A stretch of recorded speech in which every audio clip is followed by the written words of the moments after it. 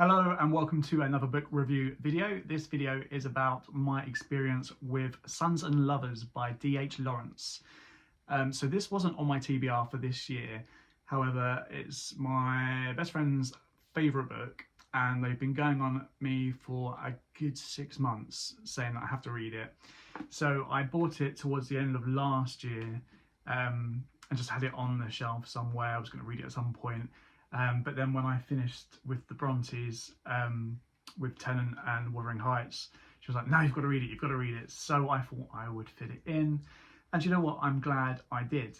I really enjoyed it. So like I said with the Brontes, I really love their storytelling. However, with the Brontes, their storytelling, it's, the lush descriptive prose that really drew me in. With this, it's the storytelling I love, but it's a completely different type of storytelling, if that makes sense. So with the storytelling in this book, it's very short and sweet, direct to the point, but it's almost like I was there with the main protagonist, Paul, and he was sitting me down telling his story, which is really strange because at the beginning of the book, Paul's not even born. So I suppose you could see it maybe like D.H. Lawrence himself was in the room sitting me down telling me the story, because it's meant to be almost semi-autobiographical about his childhood, his growing up and his relationship with his family. So Sons and Lovers is a story about Paul mainly, Paul Morel, and his complex relationship that he has both with his mother and also with two girls that he's sort of dating, if you like. The story starts off with Paul's mother, Gertrude, when she was younger, when she met Paul's father. I don't know if he's got a name actually. I'm sure he must have been mentioned by first name in the book, but mostly he's mentioned as Mr. Morel or Morel. And when they met, she was from sort of more of a sort of middle upper class background. He was a working class, so he was minor, and she was just enthralled with his sort of charisma. They fell in love and got married, and we learned soon after getting married that things started to go a bit downhill within 6 months. That burning love had turned to, oh well, it's just my husband, I guess, and that turned even more sad when the relationship broke down and there was abuse. It's not like, I wouldn't say major physical abuse, but there were some physical instances where he threw something at her head. This was when Paul was a baby, and it hit her in the head and made her bleed, and she was trying to save the baby or comfort the baby, all the while this blood's pouring on the baby. Every time this sort of instance happens, we see Mr. Morel go into some sort of, like a tortoise going back into its shell. He all of a sudden realises he's done wrong, goes a bit sheepish. He's a heavy drinker. We see him preferring to go out drinking with his mates rather than be at home with his family. And yeah, we see the children growing up. So William was the first child, and then we have Paul. I think Arthur as well is the youngest boy. There's also Annie as well, who I think is older than Paul. Anyway, so there's 4 children in this household, and we see them from young children to growing up.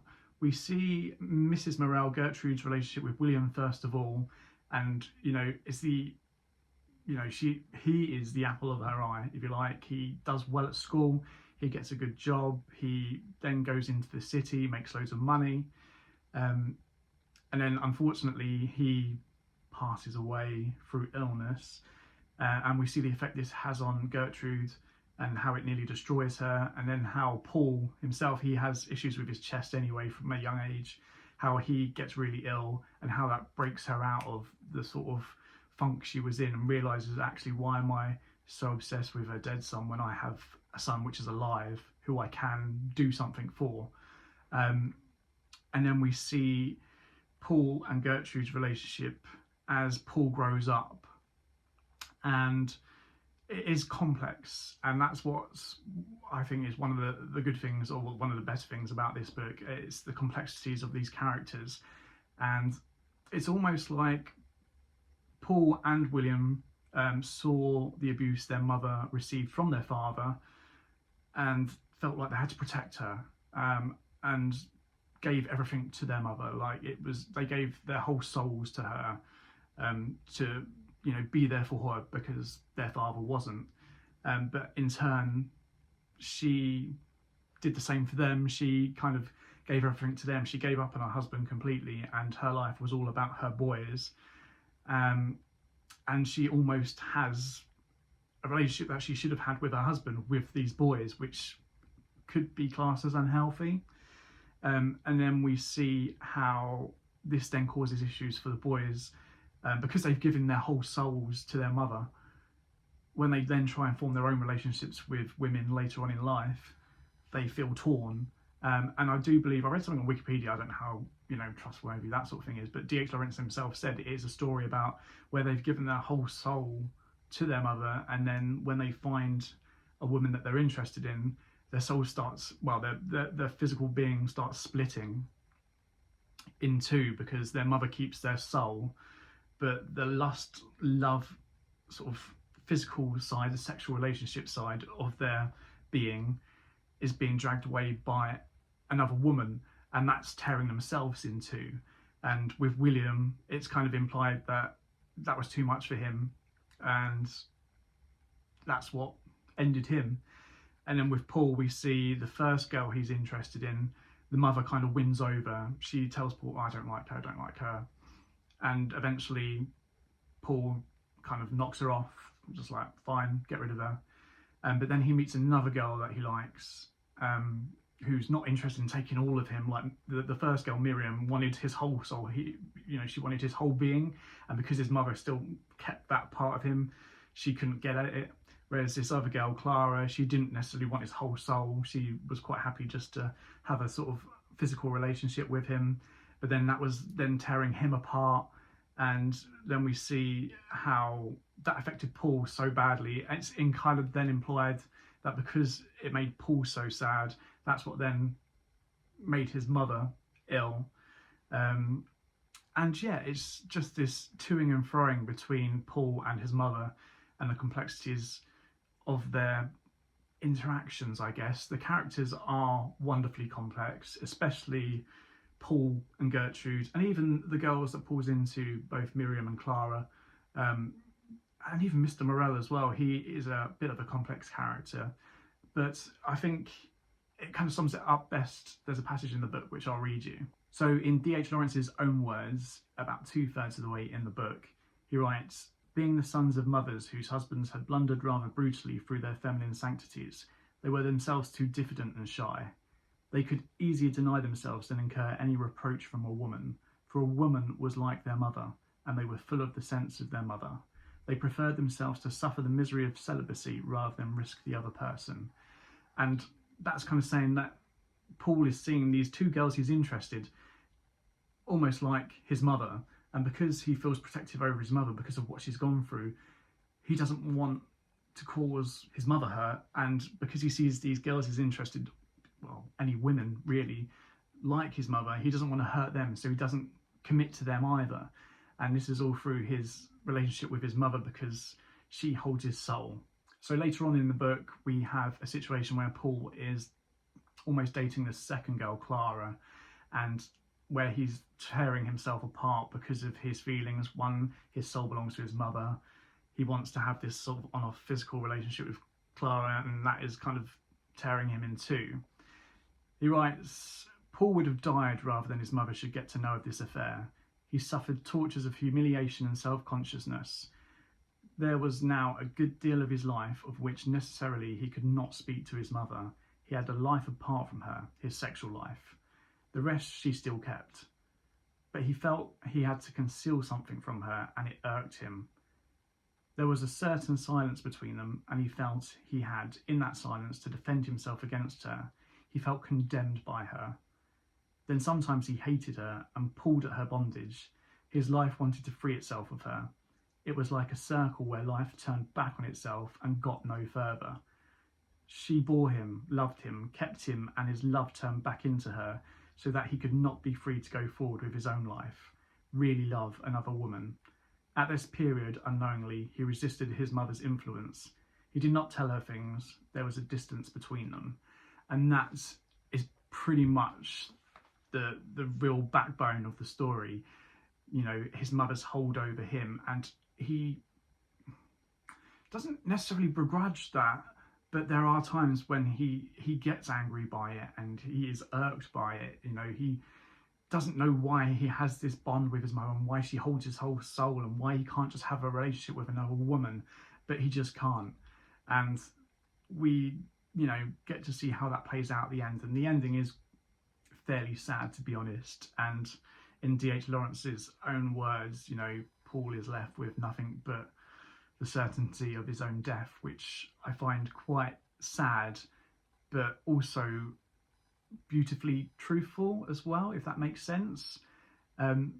Yeah, so I highly recommend, if you like almost a nitty-gritty, true-ish story from just post-Victorian era, set up in Nottinghamshire. It's, yeah, I really enjoyed it. And actually, on the basis of Sons and Lovers, I bought 2 other books of D.H. Lawrence's, which, when I looked him up, they seemed to be the recommended books, which played even more heavily on sexuality, where sexuality is kind of touched upon in here, especially with Paul's own sexuality. Apparently, his next book's, was it The Rainbow? And I can't remember, Woman in Love. Yeah, that's the one. Which, The Woman in Love, I think, is a sequel to The Rainbow, play even heavily on sexuality. So I'm actually looking forward to reading those. I'll have to do it another time because I have a load more books to read in my TBR.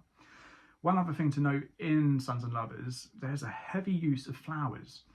And this may just be my sort of studying English literature, trying to be a bit sort of out there with my thinking. But yeah, so the flowers are mentioned a lot in this book, and not just with Paul and his mother, where they're talking about the beautiful flowers in the field, and it can be daffodils, bluebells, there's chrysanthemums, all sorts of different flowers. It's also with the girls he's interested as well, with Miriam and Clara. They're always saying, oh, how beautiful these flowers are. However, that's only when they're in their sort of natural habitat. And there's an instance where Paul says to, I believe it's Clara, that, oh, there's some beautiful flowers, let me pick them for you, and you can take them home. And she's like, what? Once you pick them, they're going to die. Why do I want to look at something dead? And that leads to a bit of a negative thing between them. And there's also another instance, I believe again with Clara, where he picks some petals of some description and puts them in her hair or something. Anyway, they're going on a little walk. It's been a really rainy day. They're going down this mud bank. They're all like sort of clothes all muddy. And these flowers end up all crumpled and falling down her, and then they have a bit of an argument. So once again, we have this bit where the flowers where they are naturally are beautiful, but when they're taken away from where they should be, they kind of wither and die and are not as beautiful. And I kind of made a connection between, you know, Paul being at home, he's kind of stating that's where he should be with his mother. That's the place that he, you know, grows and, you know, is his best self, but you take him out of that home and that's when things go wrong. And that could be a completely over the top sort of view on the use of flowers in this book. He probably didn't mean that at all. It's just how I started thinking about it every time that flowers are, and they pop up a lot. So that's just my take on it, but I highly recommend. Some people may not like it, but I did really enjoy it. So yeah, that is Sons and Lovers by D.H. Lawrence. I've just started Mary Barton by Elizabeth Gaskell. That was on my TBR, and I said I wanted to read a Gaskell, so that is what I've gone with next. I've just read the first couple of chapters, so just getting into it. So that'll be my next book. Also, March next month is enrolment month for the Open University, so anyone who's following for university stuff, that's when I'll be enrolling for my next module, which will be starting in October, and that is going to be the first level 1 language module that I'll be doing. I've already done the Arts and Humanities module, so I'll do a video about that, a bit more about what to expect with that level 1 language module. But until next time, thanks for watching.